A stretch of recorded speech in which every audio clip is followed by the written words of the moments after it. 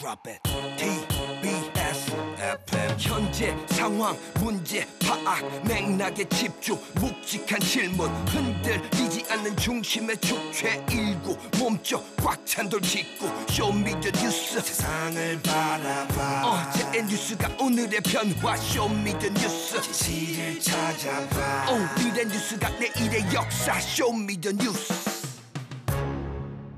꼭 알아야 하는 뉴스만 골라서 전해드립니다. 쇼미더 뉴스 전해줄 분들입니다. 뚱커벨 인사이드K 배종찬 소장입니다. 재난지원금 신청합시다. 뚱블리 정상근 시사 전문기자입니다. 안녕하십니까. 예, 오늘이 절기상 무슨 날인지 알죠?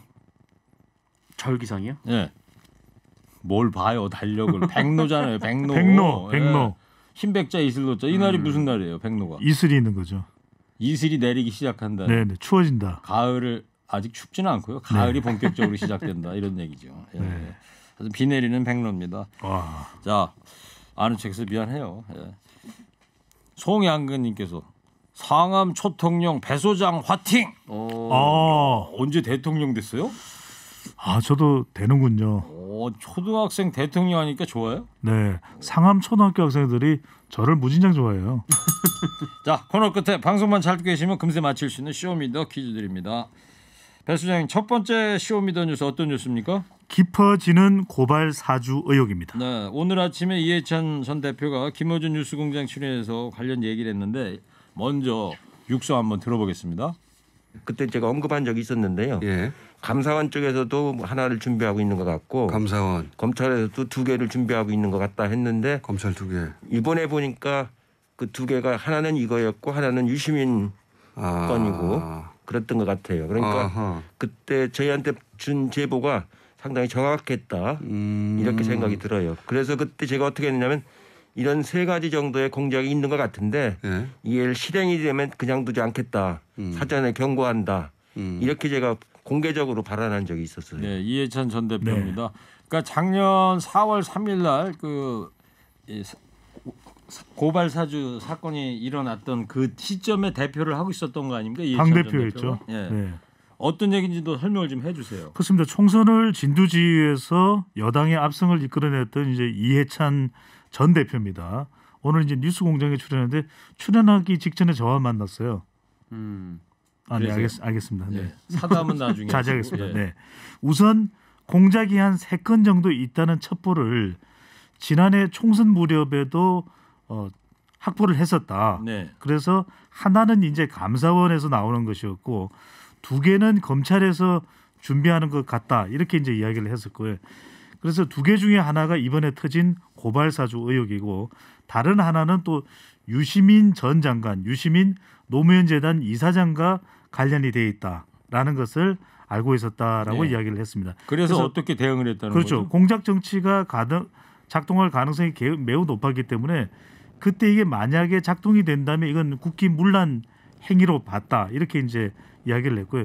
여기서 이제 중요한 게 뭐냐면 이 고발장을 넘겨받았다는 이제 미래통합당에서 실제 고발 조치는 이루어지지 않았느냐 이런 얘기를 하지 않았습니까? 네. 이 부분에 대해서 그 후에 다른 형식으로 활용된 것이 수사로 나올 것이다. 이렇게 이야기를 했습니다. 이해찬 전 대표가요. 그 이야기를 왜 했냐? 4개월 후에 총선 4개월 후에 통합당이 최강욱 의원을 고발한 고발장과 이번에 이번에 확인이 된 문건이 똑같다는 그렇죠. 거예요. 어제 KBS 보도도 틀린 나왔었고. 주민번호까지 똑같다라고 꼬집었는데 네. 최강욱 열린민주당 대표의 원래 생년월일은 680505거든요. 네. 근데 이게 틀린 내용이 배 수장님, 네. 밖에서 설명이 좀 길다 이렇게 신호가 오거든요. 네. 미리 좀 정리를 좀 해서 네. 해주시길 지금 부탁드리고. 내용이 마무리했습니다. 네. 지금요? 네. 정상이죠? 네. 그래서 이제 배 수장이 얘기했어요. 이제 8월달에 고발이 들어갔어요. 최강욱 네네. 의원한테. 그렇습니다. 배 소장님께서 말씀해 주셨지만 이게 어제 KBS에서 나왔던 보도인데요. 지난 4월에 이 손준성 당시 대검 수사정보정책관이 이 김웅 당시 미래통합당 국회의원 후보에게 이 전달했다는 의혹을 받는 고발장 중에서 이 최강욱 열린민주당 당시 비례대표 후보에 대해서 쓰인 고발장이 실제로 사용된 것으로 보인다라는 겁니다. 이 고발장이 8장짜리고 이 허위사실 공표로 공직선거법을 위반했으니 처벌해달라라는 취지인데 이 고발장과 이 전에 이제 넘겼던 것으로 보이는 고발장이 이제 거의 같다라는 거고 또 말씀하셨듯이 이제 5기 부분까지 이제 똑같았다라고 네. 하는데요. 실제로 미래통합당 고발 이후 최강욱 의원이 검찰 수사를 받았고 또 기소가 됐고요. 그리고 지난 6월에 1심에서 벌금 80만 원을 선고받기도 했습니다. 그래서 의원직은 이제 유지가 된 거예요. 네네. 예. 윤석열 전 총장 측하고 국민의힘은 계속해서 정치 공작이다 이런 주장을 하고 있지 않습니까? 그렇습니다. 어제는 윤석열 후보가 이준석 대표를 만났고 그 이후에 국민의힘에서도 당 차원의 대응을 하겠다 이런 얘기가 나오고 있는데 첫 번째로 이제 윤석열 후보와 윤석열 후보 캠프 측에서의 일관된 이야기는 이건 전혀 무관하다. 윤석열 후보와는 전혀 상관이 없고 전형적인 이 권력과 언론 사이의 유착관계다. 그러니까 현재 여당과 뉴스버스 사이에 모종의 관계가 있다. 이렇게 보고 있는 거예요. 그다음에 마지막으로는 그렇기 때문에 이건 유력 후보를 흔들기 위한 정치 공작이라는 주장을 하고 있습니다. 네.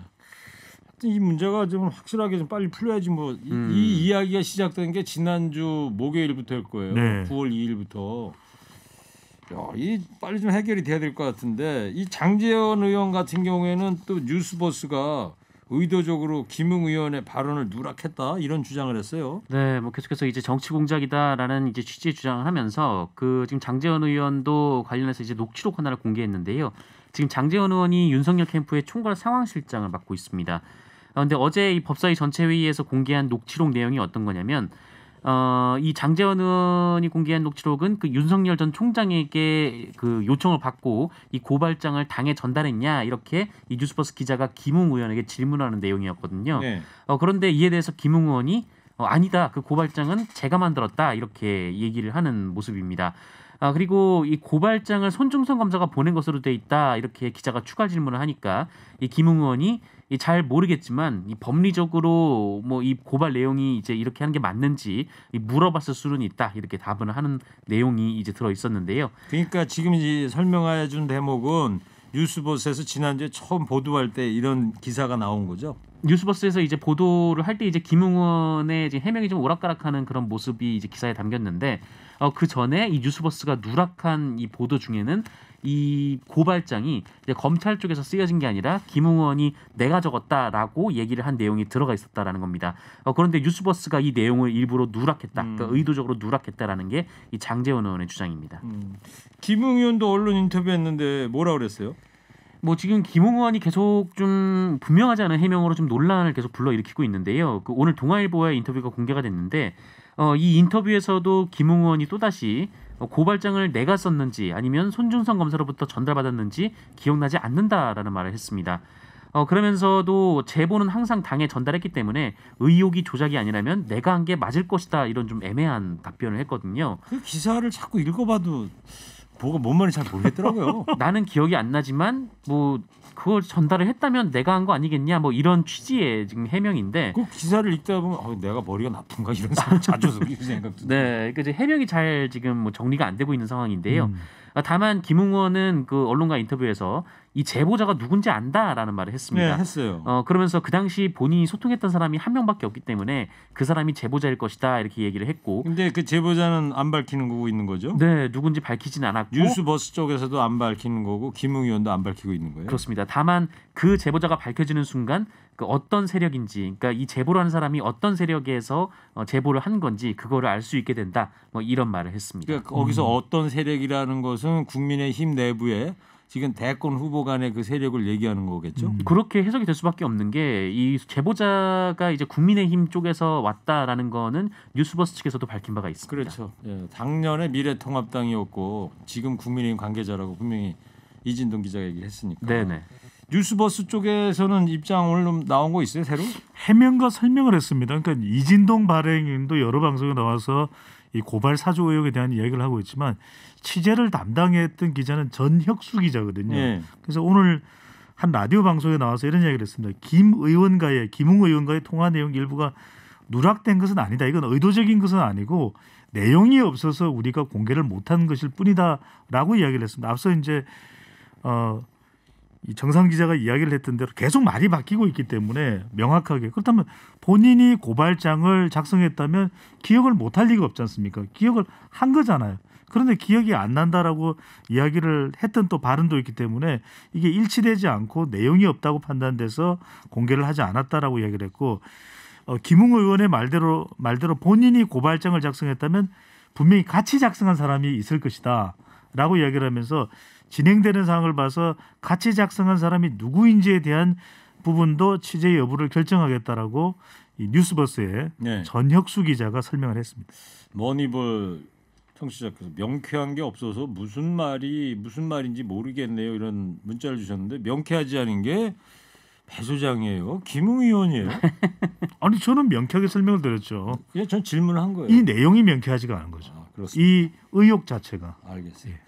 정상 기자. 네. 이 끝으로 이 김웅 의원이 이걸 작성했다고 해도 문제란 지적이 여권에서 나오고 있지 않습니까? 네, 이거 김남국 더불어민주당 의원의 주장인데요. 이 법사위에서 장제원 의원이 녹취록을 공개를 했는데 그 녹취록의 내용이 사실이라고 하더라도 그러니까 그 고발장을 김웅 의원이 작성했다고 하더라도 이거는 문제가 심각한 문제다 이렇게 지금 그 주장을 했습니다. 고발장 얘기는 작년 8월에 최강욱 의원 고발했다는 그 고발장 얘기하는 거죠? 그거를 이제 포함해서 그러니까 손준성 검사가 이 김웅 의원에게 전달한 것으로 추정되는 그 고발장을 김웅 의원이 본인이 썼다라고 이 뉴스버스와의 최초 인터뷰에서 얘기를 했다 이렇게 장제원 의원이 녹취록 공개를 했잖아요. 네.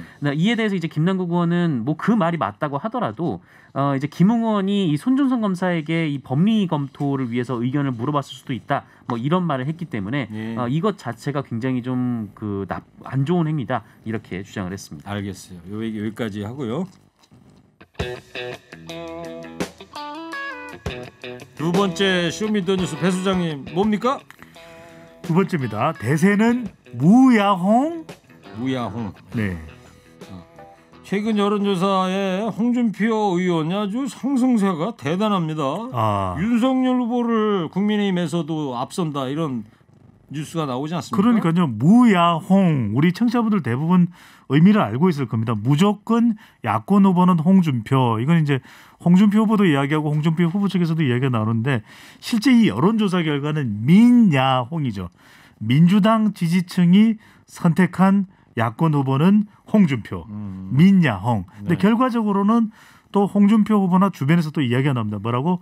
돌돌홍. 돌고 돌아서 홍준표야. 이런 이야기가 나오고 있는데 많이 하시네. RN서치가 경기신문의 의뢰로 지난 3일, 4일 실시한 조사입니다. 자세한 사항은 중앙선거여론조사 심의위원회 홈페이지에서 확인 가능한데 국민의힘 대선 후보만 놓고 전체 응답자에게 물어봤습니다. 홍준표 32.5%, 윤석열 29.1%. 오차 범위 내기만 하지만 이 순서만 놓고 보면 홍준표 후보가 가장 앞자리에 있는 결과입니다. 이른바 홍준표 후보가 추석 전에 골든크로스 해낼 거라더니 실현된 거 아닙니까? 이 여론조사만 보면. 이뿐만이 아닙니다. 여론조사 공정이 데일리한 의뢰로 같은 시점인 3일, 4일 실시한 조사입니다. 3일, 4일이 지난주 금요일 토요일이에요. 네, 자세한 사항은 중앙선거여론조사 심의위원회 홈페이지에서도 확인 가능한데요.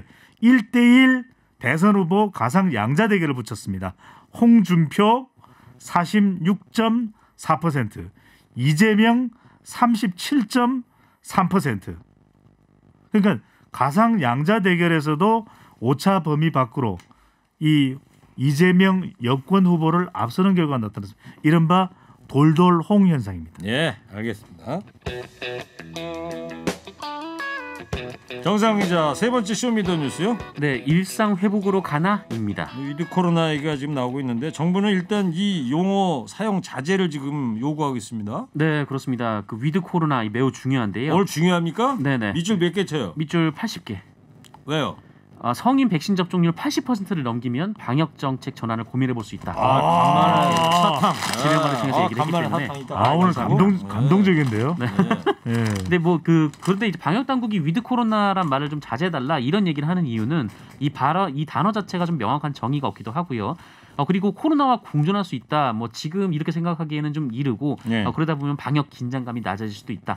이런 우려 때문입니다. 예, 오늘 정은경 질병관리청장이 일상생활이 가능한 정도로 코로나19 유행을 통제하고 방역 지침 완화하는 이른바 위드 코로나 전환 시점을 10월 말로 예측한다고 얘기를 했어요. 네네. 국회 예산결산 특별히 전체회의에서 이런 얘기를 했는데 배 수장님, 문재인 네. 대통령이 방역 지침의 변화를 언급했지 않습니까? 그렇습니다. 요즘 이제 위드 코로나 이야기가 계속 나올 수밖에 없는 것이 이게 우리 경제에 정말 짓누르고 있는 부담이 되고 있거든요. 그러다 보니까 문재인 대통령도 백신 접종률이 높아지면 새로운 방역 방향을 검토해 보자는 이야기를 했습니다. 그런데 네. 여기서 중요한 것은 문재인 대통령의 발언이 백신 접종률이 높아지면이거든요. 그런데 새로운 방역 방향을 검토해 보자에 대해서 이거 위드 코로나다, 너무 섣부르다, 이렇게 다른 그렇죠. 내용을 이해하지 않고서 비판이 나오는데 위드 코로나 하는 나라가 지금 영국이잖아요. 그렇죠. 지금 영국 상황이 어때요, 근데 정상근 기자? 뭐 영국 상황 지금 하루 3-4만 명의 확진자가 계속 나오고 있는 상황입니다. 네. 그나마 백신을 맞은 성인들은 좀 괜찮은데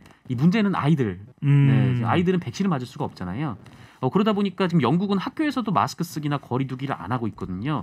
그래서 지금 학교에 좀 교실에 학생들이 모이면서 코로나가 크게 확산될 수도 있다, 이런 우려가 나오고 있고. 그래서 우리 방역 당국은 영국처럼 할 수는 없다, 우리는. 네. 그죠? 이런 입장인 거 아니에요? 그래서 80%까지 되는 10월 말쯤에 한번 검토를 해보겠다는 거죠. 위드 맞습니다. 코로나를. 지금 영국은 지금 백신 접종률이 그 정도 안 나오는데 지금 사실상 방역 수칙을 거의 다 푼 상황입니다. 알겠습니다. 자, 쇼미더뉴스 오늘 여기까지 하고요. 쇼미더뉴스 지금까지 배종찬 소장, 정상근 기자였습니다. 두 분 감사합니다. 쇼미더 뉴스.